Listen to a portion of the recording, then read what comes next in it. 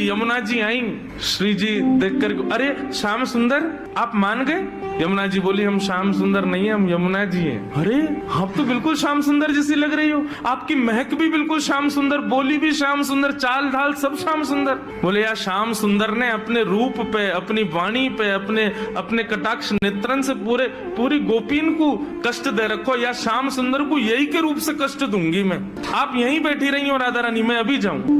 और यमुना जी श्याम सुंदर को रूप धारण करके बिल्कुल वैसी बाकी चाल, वैसी अदा, वैसे ही सब, जैसे ठाकुर जी चलते हैं, जैसे ठाकुर जी बैठते हैं, बिल्कुल वही अदा श्री यमुना जी जा रही हैं। ठाकुर जी मान करके बैठे, सोई बगल से यमुना जी निकलने लगी। नूपुरों की आवाज जैसी छमछम आई तो ठाकुर जी बोले ये तो हमारे नूपुरन की आवाज है, हम तो यहीं बैठे हैं, ये आवाज कहां से आ रही है? और जैसे ही ठाकुर जी ने पीछे देखा, श्याम सुंदर विचरण कर रहे हैं। ठाकुर जी बोले जे कौन है? ठाकुर जी गए, ओ भैया कौन हो भैया तुम? यमुना जी बोली हम श्याम सुंदर। ठाकुर जी बोले श्याम सुंदर तो हम हैं। बोले तुम नकली बेलू पियाओ, असली हम हैं।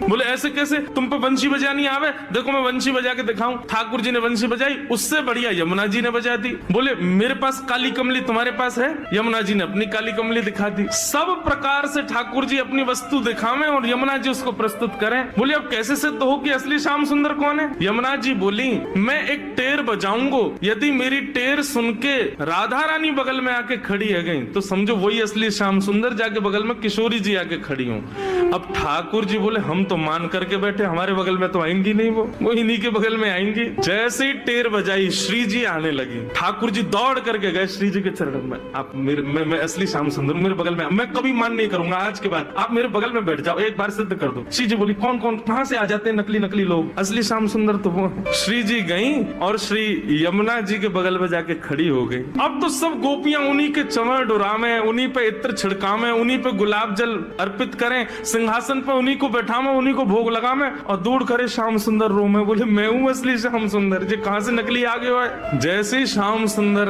रुदन करने लगे, श्री जी बोली अब ठीक है, अब मान खत्म हो गया है, अब आप बुला लो। तब यमुना जी गई और श्याम सुंदर को जाके हृदय से लगाए। बोले हे श्याम सुंदर आप ही हो असली श्याम सुंदर, हम तो श्री यमुना जी, हम तो यमुना महारानी है। बस आपसे एक ही प्रार्थना है, आज के बाद वचन दो हमारी श्यामा जी को कभी कष्ट नहीं दोगे। तब श्याम सुंदर ने यमुना जी को वचन दियो। बोले आज से हम नियम लेते हैं कि जब ये मान करेंगी तब हम इनको मनाएंगे, और जब हमें कोई बात बुरी लग जाएगी तो वह भी हम इन्हीं से कह देंगे कि हमको ये बात बुरी लग गई है, मान करो आप ही, हमें ये बात बुरी लग गई, आप ही गुस्सा हो जाओ, फिर तब भी हम ही मना लेंगे। यमुना जी बोले हाँ बस यही नियम रखना, आप कभी मान मत करना, श्री जी ही मान करें। तब से हमारे वृंदावन में सब वैष्णव कहते हैं श्याम सुंदर श्री यमुने महारानी की। तब से श्री यमुना जी श्याम सुंदर है।